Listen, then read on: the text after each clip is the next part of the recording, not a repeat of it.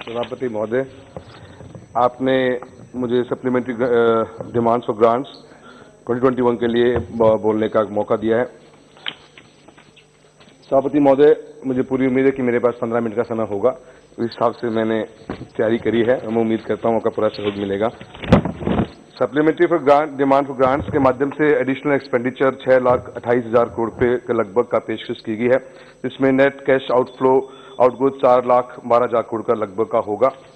सबसे ज्यादा अगर हम बात करें तो फूड एंड पब्लिक डिस्ट्रीब्यूशन के अंदर इसमें काफी प्रावधान दिए गए हैं और मैं बहुत बहुत धन्यवाद देना चाहता हूं वित्त मंत्री महोदय का भी और हमारे देश के प्रधानमंत्री नरेंद्र मोदी जी का कि कोरोना के टाइम्स के अंदर जिस तरह देश और दुनिया जूझ रही थी, ऐसे समय के अंदर 80 करोड़ लोगों तक के 5 किलो का अनाज जो बांटा गया, बहुत ही जबरदस्त इसका एक इम्पैक्ट पड़ा सोसाइटी के अंदर।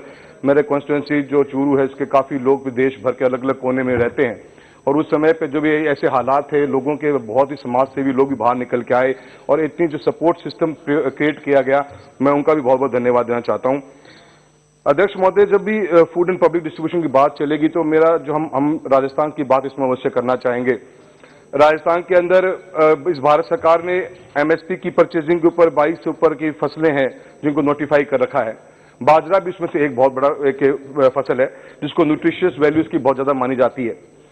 राजस्थान के अंदर ही स्पीकर महोदय, मैं कहना चाहूंगा, राजस्थान के अंदर बाजरे की प्रोडक्शन कंट्री के अंदर सबसे ज्यादा होती है। भारत सरकार ने हमेशा प्रमोट करने की कोशिश करी बाजरे को। इस बार भी इसकी एमएसपी जब 1314 रुपये हुआ करती थी, 2150 तक ले जाने की बात करी गई। उसके पीछे का लॉजिकल रीजन यही था कि न्यूट्रिशियस वैल्यू होनी चाहिए और हम कहीं ना कहीं पब्लिक डिस्ट्रीब्यूशन सिस्टम के अंदर बाजरे को इंक्लूड करें, रिप्लेसमेंट करने की कोशिश करें व्हीट और राइस के साथ में। भारत सरकार ने 3-3 बार पत्र लिखे, पर राजस्थान की सरकार जो सोई भी सरकार है, आज तक उन्होंने एक बार सेंटर नहीं खोला। इस सेंटर न खोलने के कारण किसान हितैषी बातें जरूर करते हैं।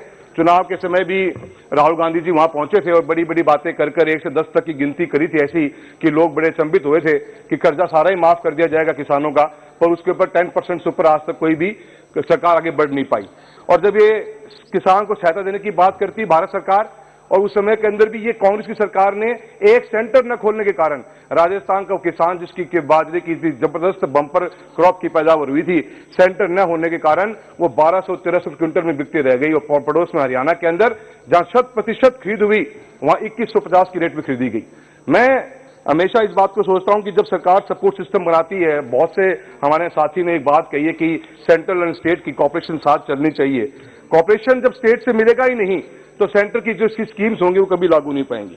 और जहां प्रोक्योरमेंट की बात की जाती है, 1920 का जो टारगेटेड था वो 17 लाख टन का टारगेट है राजस्थान के अंदर। प्रोक्योरमेंट कितनी हुई अध्यक्ष महोदय? 14 लाख टन। ऐसे के अंदर कैसे किसान आगे बढ़ पाएगा, कैसे किसान को सही प्राइस मिल पाएगी? आज किसानों की बहुत एक समस्या चल रही है जिसके ऊपर सरकार भी बात करने को तैयार है, पर कांग्रेस की सरकार जो राजस्थान में बैठी हुई है, किसी भी रूप के अंदर किसानों को सहायता प्रदान करने का काम नहीं करना है।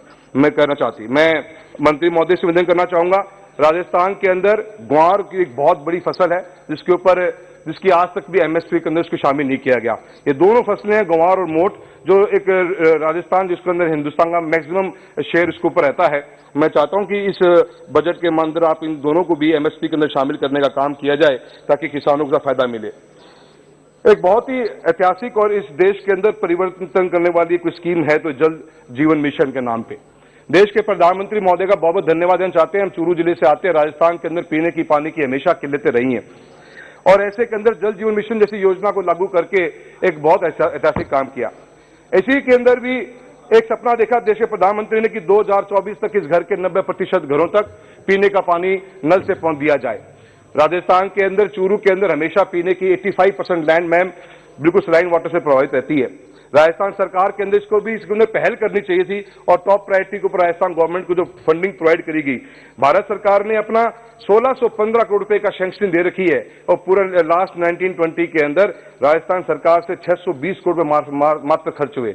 पैसे का अभाव नहीं, पैसा एक्स्ट्रा पड़ा हुआ है, पर स्टेट गवर्नमेंट की नीयत नहीं और उनके पास खुद के पास देने को पैसा नहीं। मेरे जिले के अंदर ही 1100 करोड़ रुपए से ऊपर की सैंक्शनिंग हो चुकी है, पर टेंडर प्रक्रिया के अंदर पड़ा हुआ है। मैंने 6 महीने लग जाते हैं, पीने का पानी नहीं। अब गर्मी का मौसम आ रहा है, चूरू वो जगह है जहां 50 डिग्री टेम्परेचर छुएगा और पीने की पानी की इतनी समस्या रहती है, इसके ऊपर सरकार का कोई ध्यान नहीं। एक ही काम कर रखा है वहां के प्रतिनिधियों ने, जो ये सभी लोग के विधायकों ने अपनी गाड़ियों में पत्थरों की गाड़ी भर रखी है, जहां मौका लगे वहीं पत्थर लगा देते हैं, न कोई अधिकारी दिखते हैं न कुछ और देखते हैं। जल जीवन मिशन के ऊपर मजाक बना के छोड़ दिया है और ऐसा लगता है कि सिर्फ वो अपनी योजना, खुद के पैसे तो खर्च हुए नहीं सरकार के, भारत सरकार का दिया हुआ पैसा के 50% अंशदान भी खर्च नहीं कर पाए, पर पत्थर लगाने मैडम कहीं कमी नहीं है, अव्वल नंबर पर चल रहे हैं। हर लोकल विधायक की गाड़ी में पत्थर पड़ा हुआ है, मौका लगते लगा देते हैं मैडम, न सुबह देखते हैं न शाम देखते हैं, लगा देते हैं। तो ये सरकार से मेरा अनुरोध करना चाहूंगा बात के लिए कि आप स्टेट गवर्नमेंट्स को प्रेशराइज किया जाना चाहिए कि जब ऐसी महत्वपूर्ण योजना जहां भारत सरकार पेमेंट दे रही हो, आप इसमें काम न करें तो कैसे काम चलेगा। मैम, ग्रामीण विकास के अंदर मैं इतनी बात करना चाहूंगा, बहुत ही ऐतिहासिक एक योजना, अभी बहुत सी बात चली प्रधानमंत्री ग्रामीण सड़क योजना का, मैंने मालूम है मैम 5 मिनट्स में, ma'am 5 minutes, ma'am last 2 minutes ma'am, मेरा इतना कहना है प्रधानमंत्री ग्रामीण सड़क योजना के अंदर जो आप थर्ड चरण चला है, जिसके अंदर मेरी कॉन्स्टिट्यूंसी में 225 किलोमीटर सड़क बन रही है, कहीं न कहीं मैम आज की तारीख में राजस्थान बहुत बड़ा क्षेत्र है और 225 किलोमीटर कुछ नहीं होता। मेरी कॉन्स्टिट्यूंसी की लेंथ 340 किलोमीटर की लंबाई लेंथ है, पंचायत से पंचायत तक आज तक जुड़ी हुई नहीं है। ऐसा प्रावधान पंचायत प्रधानमंत्री ग्रामीण सड़क योजना में होना चाहिए कि जहां पे डायरेक्टली हम पंचायत टू पंचायत जोड़ने का प्रावधान करें। और साथ ही साथ मैम आरयूबीज की बहुत बड़ी डिमांड है। आरयूबीज पिछले 5 साल में वसुंधरा जी की सरकार ने राजस्थान में मेरी लोकसभा क्षेत्र में 32 सैंक्शनिंग करी और कांग्रेस की 2.5 साल की सरकार एकमात्र एक सैंक्शन कर पाई है और इसके बिना लोगों का वहां जाना बहुत मुश्किल रखा है। मैं साथ ही साथ में रूरल डेवलपमेंट के अंदर आवारा पशुओं की बहुत बड़ी समस्या किसान फेस कर रहे हैं। तारबंदी करनी पड़ती है खेतों के अंदर और उस तारबंदी का खर्चा अगर सरकार इस रूरल डेवलपमेंट मिनिस्ट्री द्वारा दी जा सके तो उनको बहुत बड़ा सहायता इसके अंदर मिलेगी। मेरा आपसे इस बारे में भी कहना है कि प्लांटेशन के अंदर तारबंदी का तो मैं अवश्य ही मैं बात करूंगा। साथ में ministry of road and transport के अंदर बहुत अच्छा कंस्ट्रक्शन का काम हो रहा है। बीते हुए 5 सालों के अंदर भारत सरकार ने 45,000 किलोमीटर की नई एडिशनल किलोमीटर जोड़े हैं। मेरी कॉन्स्टिट्यूंसी के अंदर madam principally approval national highways, ये एक बहुत बड़ा इशू है। मेरी कॉन्स्टिट्यूंसी में 17-18 के अंदर प्रिंसिपली अप्रूव्ड हाईवे जो सरसा से नौहर होते हुए सावा तारानगर चूरू के लिए NH की घोषणा करी गई। DPR तैयार मैडम, उसके पैसा दिया गया भारत सरकार द्वारा, पर प्रिंसिपली अप्रूवल हाईवेज के ऊपर हम अभी फोकस नहीं कर पा रहे हैं और जो उन तक उनका फोकस नहीं होगा वो हाईवेज प्रोजेक्ट रुक जाते हैं। मैम हम 4 लेनिंग को 6 लेनिंग कर रहे हैं, पर पैरेलल रूट्स को अगर हम प्रमोट करेंगे तो कहीं न कहीं उनका यहाँ विकास भी पहुंचेगा।